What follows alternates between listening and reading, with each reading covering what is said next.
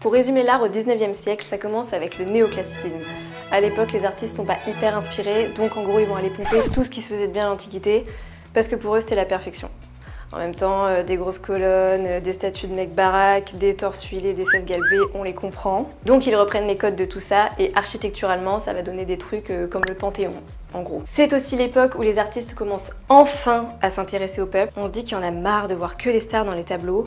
On veut aussi des gens random, comme les mecs qui ont inventé la télé-réalité en fait. Après ça, on passe au romantisme, mais pas comme dans Coup de foudre à Notting Hill. Hein. Au contraire, ça va être dark. Le mood, c'est plus la mort et la violence des sentiments, vous voyez. Donc dans les tableaux, ça donne des gens qui crient, qui pleurent, qui s'affolent, qui tombent dans les pommes. Plus il y a de drama, mieux c'est quoi, c'est tout ce qu'on aime. Et c'est aussi l'époque où les artistes découvrent le Maghreb et le Moyen-Orient, et alors la grosse passion, on se met à peindre des riades, des sultans, des femmes alanguies par la chaleur. Ensuite, on passe au réalisme, notamment avec l'arrivée de la photo. Et comme son nom l'indique, le but du réalisme, c'est d'être un peu plus dans le vrai. Donc des artistes comme Courbet puis Manet vont décider qu'il est temps d'arrêter de make-up la réalité.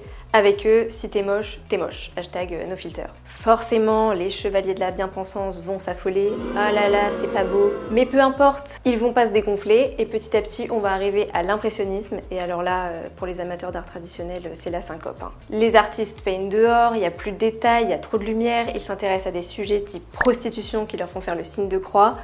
Rien ne va plus. Mais comme dirait Jésus, ou Céline Dion, ça dépend de tes croyances, les derniers seront les premiers.